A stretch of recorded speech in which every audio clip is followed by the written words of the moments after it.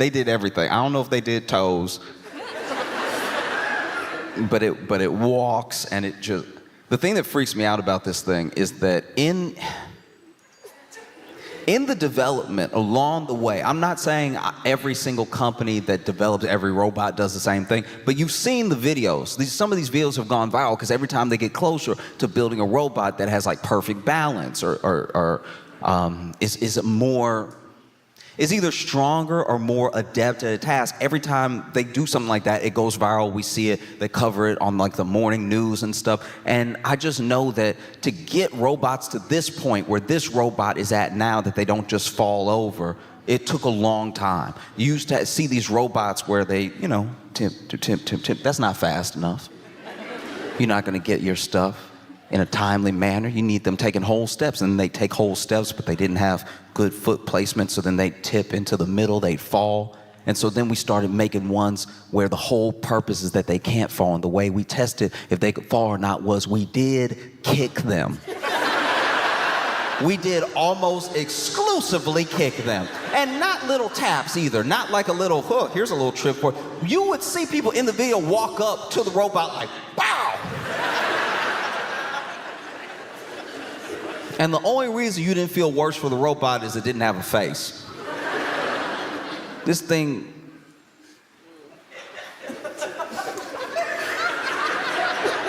It looked very sad, and there was one, okay, look, maybe I'm in my head about this. I swear when I was watching, okay, because you know that dog they made? They made like a dog first that couldn't fall, and I was like, so you just go kick a dog. I know it's a robot dog, but like still, you kick this dog and the dog got better and better at not falling, better and better at catching itself and everything, to the point where it got to where it would not fall. It couldn't fall, right? But beyond not being able to fall, they still, you know, they gotta run tests, and the tests were as sophisticated as bow, right? But there was this one time this dude ran up, kicked the robot dog, and the robot dog stumbled. And it's a millisecond. It's so short that I had to watch this video 3,000 times to make sure I actually saw what I saw. But like, and then for a split second, you saw it think about going like, but it didn't do it. It didn't do it. And I was like, yeah, but you've been kicking it for a year and a half. You kicked its brother, you kicked its stepdad, like you kicked... And so now you take all that kicking history and you go ahead and put that into a robot in the home that can regular walk. I don't know how tall they are, but you get a robot in your home that's taller than you, you a fool, okay? I'm gonna tell you right now, if you gotta look up at your robot, you out your mind. If you yelling at your robot, I know you out of your mind if you over here, hey! That's insane. Because we also not polite. We've been taught to not be polite to the robot. That's been baked in now. I don't even know if you could, it would feel weird for you to be polite if you were polite. You know millions and millions of people every day say, hey Alexa, and you know what they don't say? Please. You wanna know how I know that? First Alexa experience I had, I didn't like it. Because it was in the house, but I didn't know where it was, so I was like, all right, so you just inviting the ghosts in then. You way too comfortable with ghosts, because sooner or later, you know, because you don't know if your house haunted, so now you over here talking to Alexa all the time, then one day Alexa voice a little raspy, you don't even clock it. Now you in a whole murder house with a bad history and you don't even, you think, oh, it's malfunctioning, and you got a whole poltergeist going on, and you over here calling Amazon.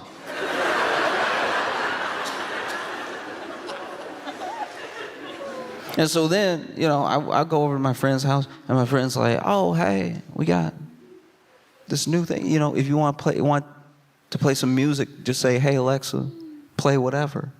And I was like, hey,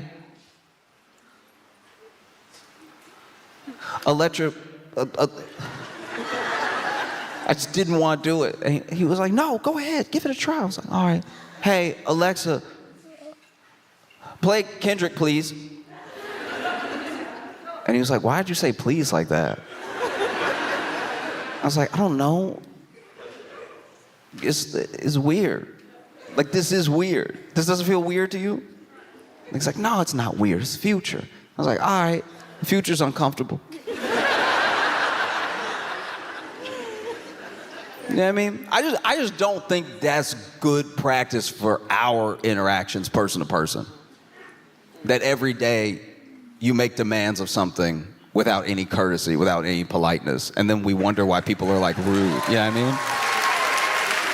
It's like more and more you're like, you get to the point where you're dealing with so much, whatever it is, you're dealing with so much AI, you're dealing with so many robots, and you start treating people like AI, like robots, like people who just sort of serve a function. You know, it's like I remember, you know, I was ordering some food, and they do this thing now just to make sure that you got your food when you do, like, I think like everybody does. I think like Uber Eats, Grubhub, I think everybody does it now, where when they want it at the door. When someone says, I want it handed to me at the door, they have to take a picture, right? So then they take the picture, and it's usually just of the receipt of the bag, right? But then, you know, he's like, can I take a picture? I didn't know about this new policy.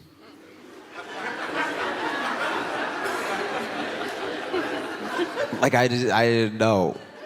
And I'm not like, I want y'all to know, I don't think I'm like world famous or something, but he asked me if he wanted to pick, like, can I take a picture? And I was like, oh yeah, sure. And so then I got next to him.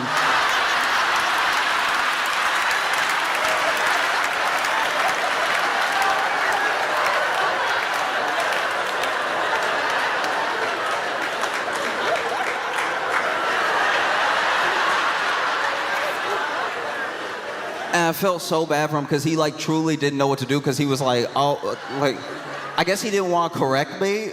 I guess he didn't want to be like, no, please stand away from me. I'm just gonna take a picture of you. Because it also does sound a little weird to be like, hey, I'm gonna take a picture of you, be still. Like, that is a little uncomfortable. But then I had already walked out the door, and I'm side to side with him, waiting for him to lift the phone.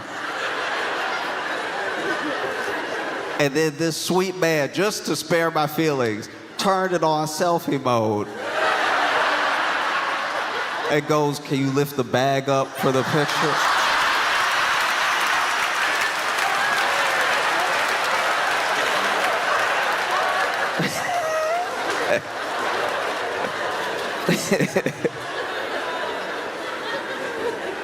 I felt very, yeah.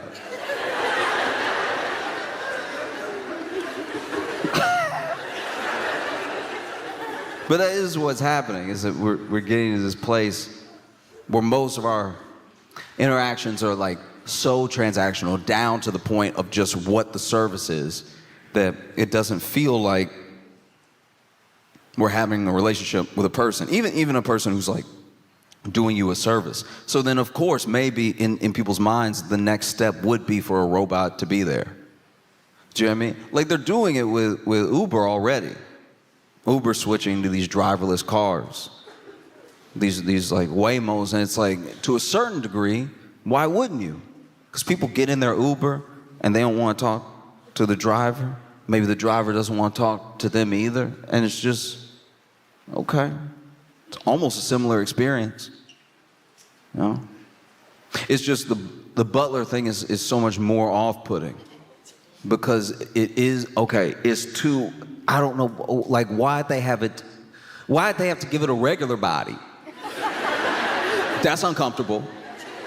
Do you know what I mean? Like, it doesn't even have like a, like, if it had looked like a Power Ranger, then maybe, because like, that's still a little too much like regular body, but just it having a regular body is just too, it is uncomfortable.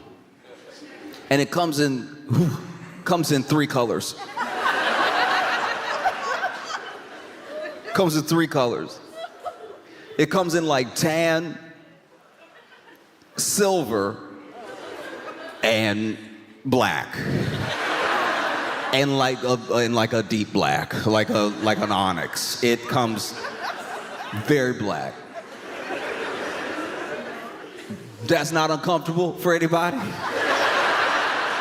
That you can now buy a black? That feels awkward. Imagine you buy one of these Neo things, you buy one of these robots. And let's say it's doing all the tasks. Let's say it's really good. And then you invite one of your black friends over. And it's over here setting the table, not speaking.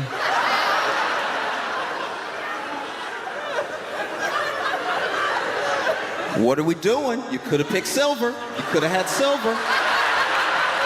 Silver was an option the entire time. And you were like, no, but I would like black. I would actually enjoy it more. Didn't make white. Didn't even make like a fuchsia. And I'm sure you can trace the thinking down to like how people even like their phones. Like people, like that's like a thing with iPhone, like tan, silver, black, right? But this is different.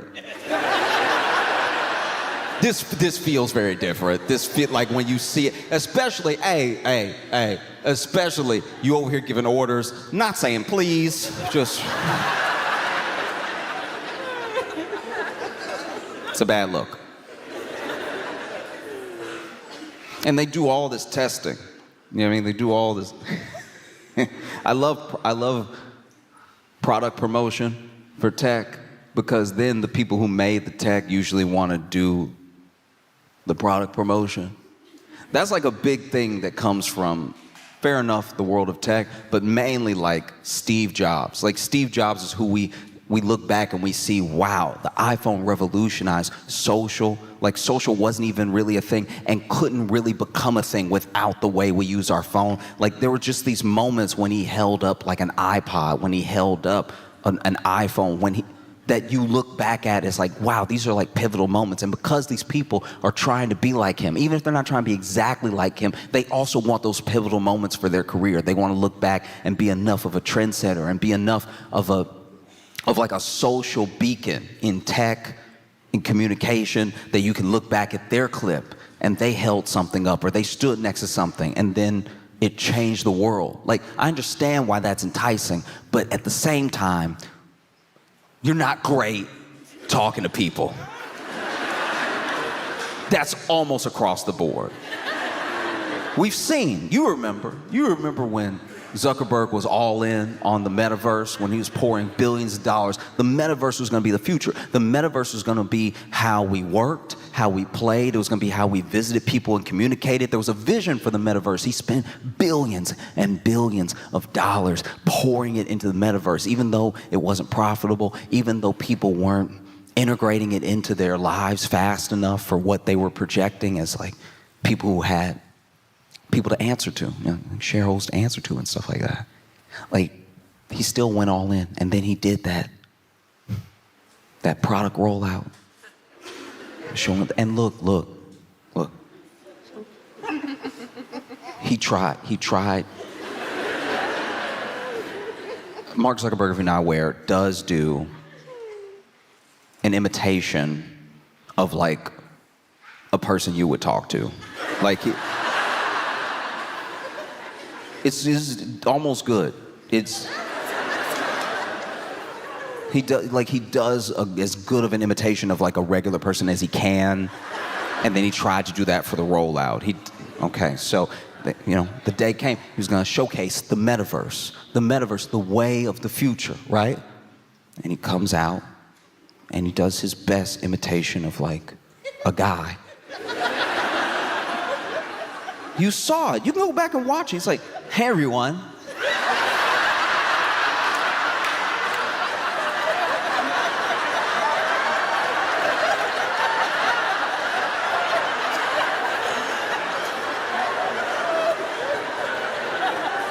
It's nice to be here today with you.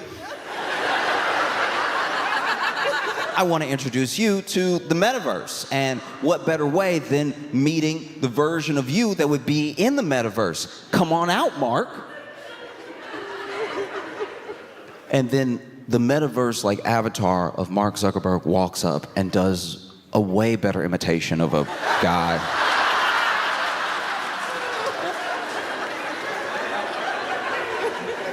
You know, because he's like, come on out, Mark. And then a Zuckerberg dressed exactly like him does walk up and go, how's it going? It's like, why don't you say hello to everyone? And you saw Meta Mark be like, what are you doing? You're making us look bad right now.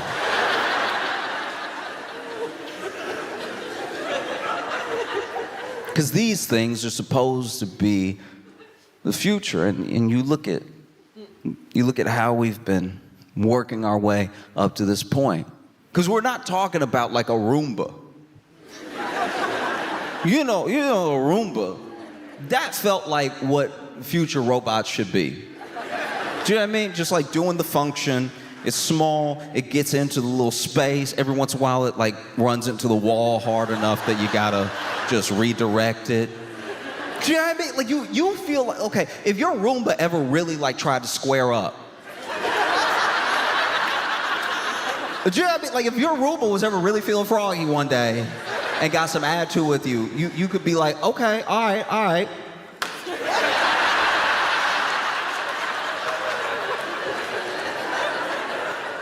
Problem solved. I don't know why you built this full-on robot butler with knuckles.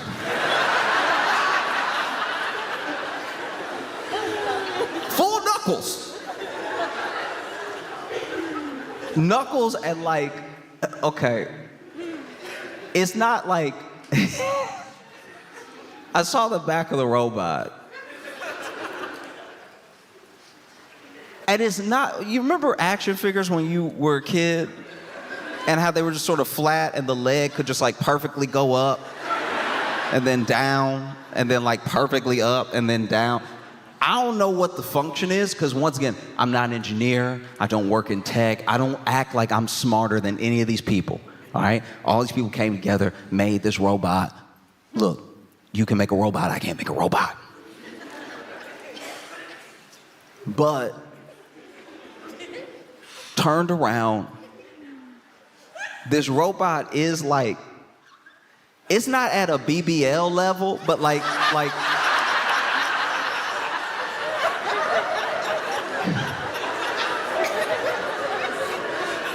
this robot is like fully caked up. Like it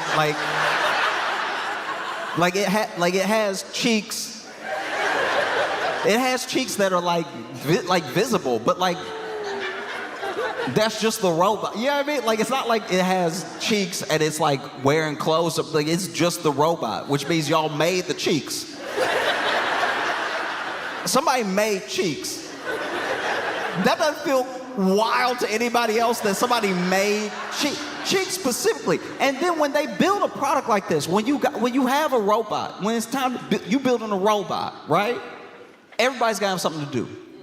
Because you want to do everything, right? You want to walk, and you want to not fall over or bump into walls. Okay, get the kicking guy. Kicking guy is gonna make sure that your robot doesn't just fall over. He's gonna kick it 10,000 times, really make a friend. And then, you're gonna need somebody on head duty to make sure it like is going forward, not drooping, whatever. You gotta get somebody on neck, make sure it turns around and stuff. It just makes me wonder if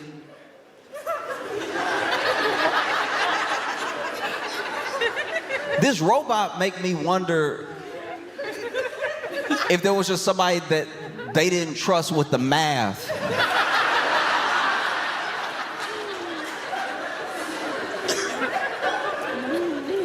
They didn't trust with the math, so that they were like, hey, we'll let you design whatever part you want.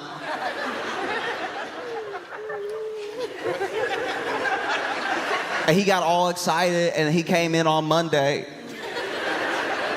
And he's like, I got perfect right here. And I guess nobody wanted to hurt his feelings.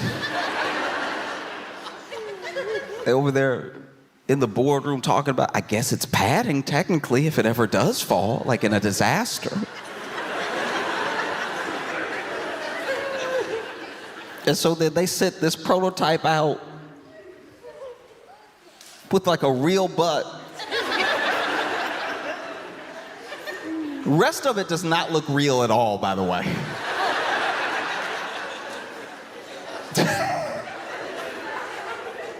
This is crazy. It's crazy because then they have the person, whenever they do any product rollout, they do like a Q&A, or they do a test in front of an audience, or if it's like a pre-tape thing, they'll have somebody there asking questions that obviously the public would ask. And and so this person's asking questions like, how strong is it? And it's like, oh, it's very strong. It has all of this like power per square inch, however they measure it, right?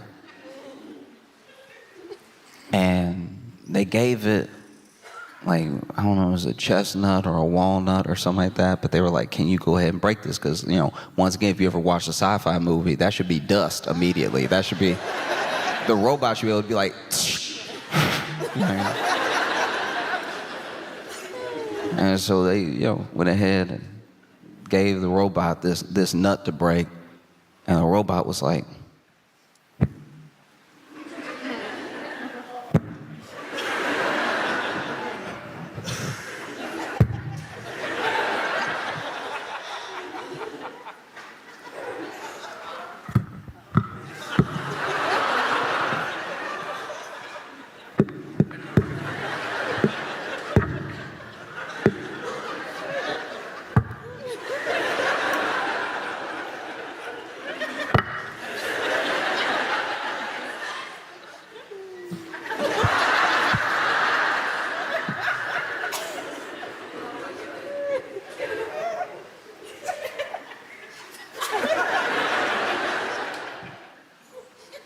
and I didn't see it break it.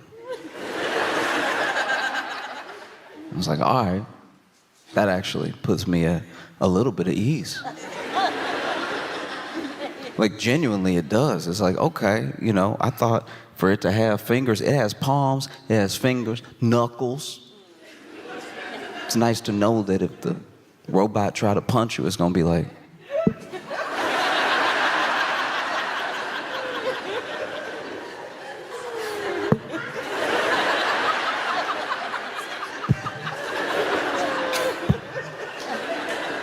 you know what I mean? Like, it's kind of nice to know this robot can only kill you if you already dying. Do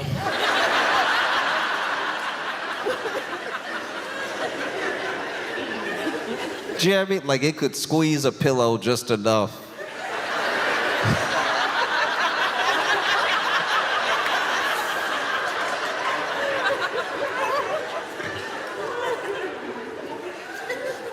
Because to a certain degree, this is supposed to be the future, right? The future is supposed to be as convenient as possible. Absolute convenience, so you get your time back, and so your life won't be as hard. Here's the thing, though. Like, I'm gonna stay on this thing probably for years, because products like this keep coming out. This is my thing.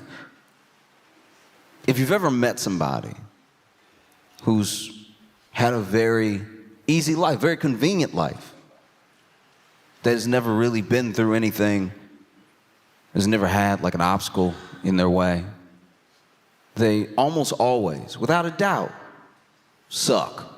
Like really bad. Like these are the worst people in the world. Like, when you meet them, you're like, that's terrible. That's terrible. And you find out because you're always there when the first thing that has ever happened to them happens to them. The first time anything has ever happened to them, it happens in front of you. And then you're like, all right, well, let's figure it out, because you've been through things. This doesn't even register for you. This is like a 5 for them on the Richter scale of an earthquake, and their life is over. You know what I mean? They got a flat tire. and life is over. They're not in the city right now, and they have a flat tire. What should they do? I guess they have to die here. See, they'd never really been through anything, and anything that almost happened to them, they got to ask their parents to take care of it, and their parents took care of it, or they just played dumb until somebody else did something about it, and now, in this moment, what a terrible career-ending day. You got a flat tire. What are you gonna do? What's the plan here? And they panic. They want to call their parents to do something about it, but their parents are,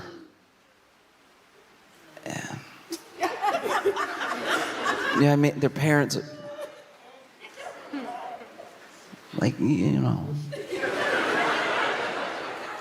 they want to call their parents, but they can't because their parents are vacationing in Greece. And so it's like, they might not even have service on the boat. Like, it's just, what am I gonna do? Never been through anything in their entire life. What am I gonna do? They look to you. And they're like, this has never happened before. It's the worst thing that's ever happened. We're on our way to vacation and catch a flat tire. What are we gonna do? And you're like, oh, do you have a spare? And you hear them say, is that what that is back there?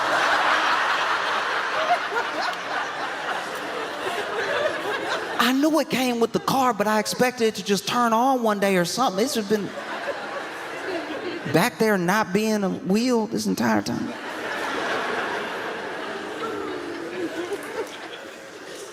You know, and if they didn't have you there, I don't know what they would do. And so we want these lives of convenience. We want these lives where everything is out of our way, where nothing that we don't want to do takes up any time. But then what kind of person does that make you? I'm not saying it's fun to do all your chores or wait in line, but it is a human experience. This is your life, you know? Sometimes there are things that genuinely suck. I've been at the airport before for 36 hours. There was one time I was at the airport and I couldn't get out, and then here's the thing, if I decided to live there, I could have left. But I had been kept on such a Ferris wheel of mistakes, canceled flights, delayed flights, and just general annoying small tragedies that I just ended up staying in the airport. I almost slept at that airport twice, right?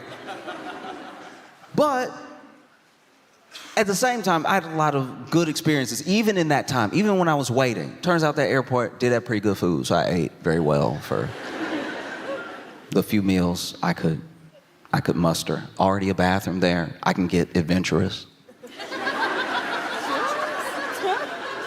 I'm just saying, sometimes people at airports will sell you like tiny spicy chicken or something like that, and you're like, all right, I'll just have it, not realize it, like, it is spicy, and there is a bathroom on the plane, but like, traveling spicy hit different, you know what I mean? Like, it just, if you traveling spicy, it's doing something to your life you're not ready for. There's nothing like being in a car and you traveling spicy. And now you looking at exits. Every exit, you're like, no, you know when you traveling spicy, you gotta breathe it out.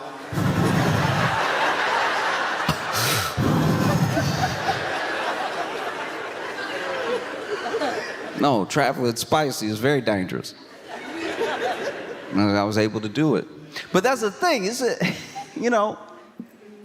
when things are happening that are inconvenient or even terrible, and they're happening, they're part of your life. You can either just hate your life, or you could be like, this is my life for a little while. You know? Anyone who always wants, this is gonna sound harsh, but just hear me out.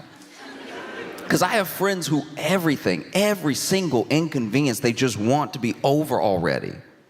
And I'm like, okay, but if you if you tried to speed run every single thing that ever happened that was not convenient, do you know how little life you would have? Your life would be over so quickly. Your life would be over if you were like, oh, I just want to get out of this conversation. I just want to get out of this. I just want to get out of this line. I just want to get out of this airport. I just want to. And you're missing your entire life. You know? Oh, I just want to get out of this conversation. What if they about to say something dope? You know what I mean? What if they're about to say something very cool? What if they're about to say, wow, you're such a good listener. Almost nobody listens to my stories. You want to chill at my vacation house? What if that was just about to happen? And now you can cut the thing short just because they were going on and on about whales.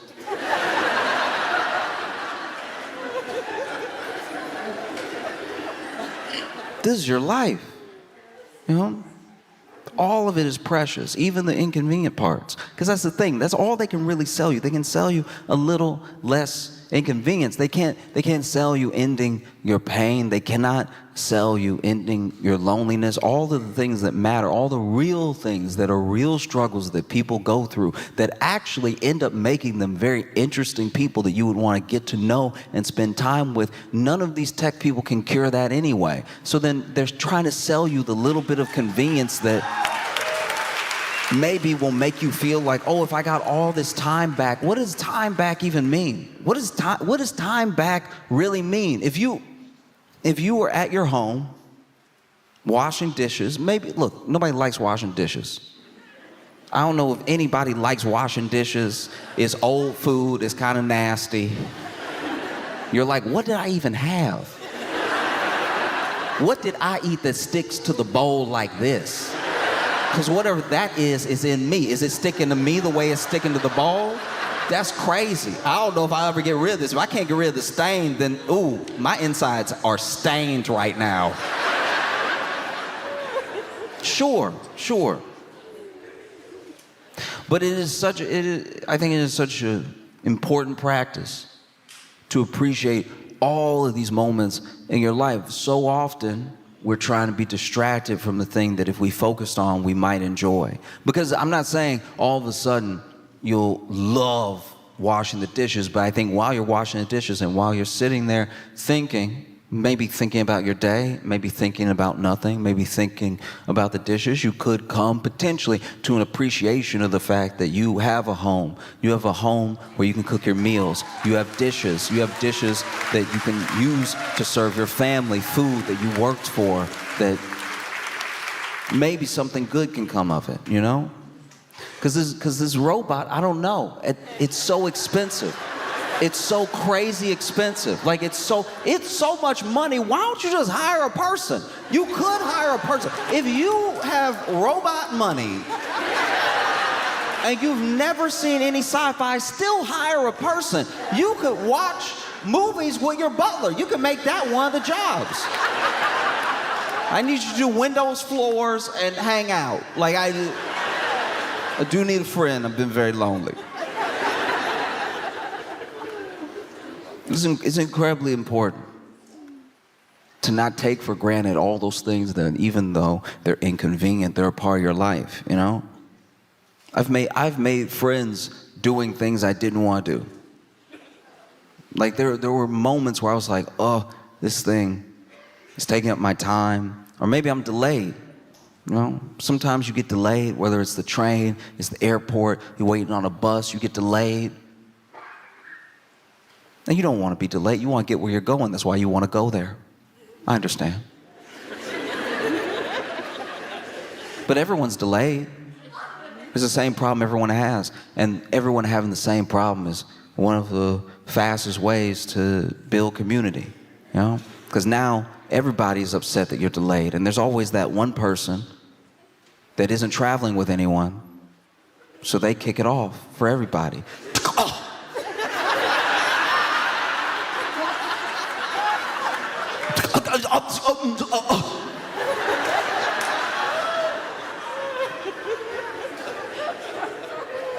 I'm sure they seem upset. They seem upset. But I think they're having this outburst because they don't have anybody to turn to to be like, can you believe? So then they turn to you, can you believe? They turned to me and they were like, can you believe? And I was like, no, I do believe. Like, I don't think they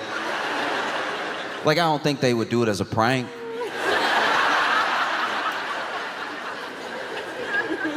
Like, I do believe them when they say it's not here yet, because I also looked out the window and it's not here yet. And I don't think they, like, hide in it. You know what I mean? Like, it'd be a very bad prank to be like, we gonna tell them the flight not coming.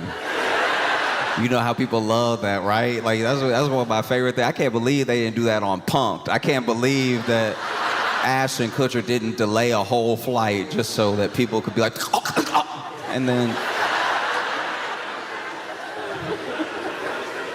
No, it's fine. It's fine, it'll be okay. It'll be all right, you know? And she was like, yeah, maybe if it gets here, you know, it'll be all right. But it'll be all right. I was like, well, what is it? What's wrong? What's wrong? She's like, I have somewhere to be. I'm supposed to meet my grandbaby. I'm supposed to meet my grandbaby, right? And immediately I had more empathy for where she was coming from, because she wasn't just upset that the flight was delayed because she likes being a problem. She is a grandbaby to me. I've never had a grandbaby to meet, but I imagine if I did, I would be in a hurry. I have a grandbaby to me. I was like, oh, really? You have a grandbaby? How old? And she's like, she was born 3 days ago. And I was like, wow, 3 days ago, okay. It does sound like you got plenty of time to get over there, because 3 is, you know what I mean? Like, I'm just saying, like, she knew, like that. You know what I mean? Like, she got a whole life ahead of her, and...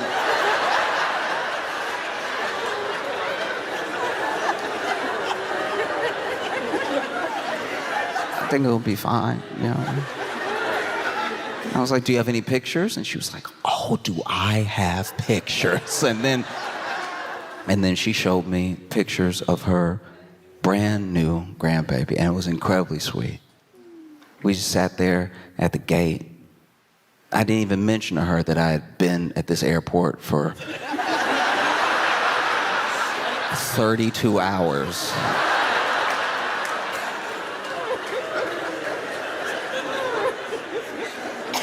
And she was showing me pictures of her grandbaby. It was incredible. I just think that a lot of things could be missed out on, you know, with this robot, because even the duties, even the stuff that it's supposed to do, that's stuff that would be great to do with your people. You want this thing to cook for you or whatever, why don't you invite your friends over, you have a meal together. That's a memory. Now you're not like laying in front of the TV waiting for this robot to finish. A robot, by the way, that if it came down to some nuts in the dish,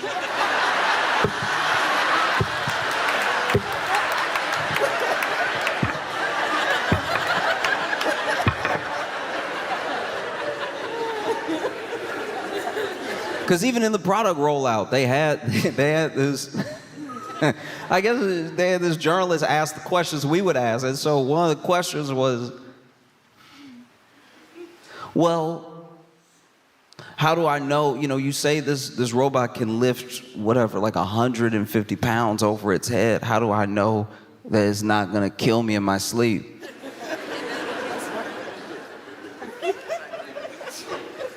If you're worried that your black robot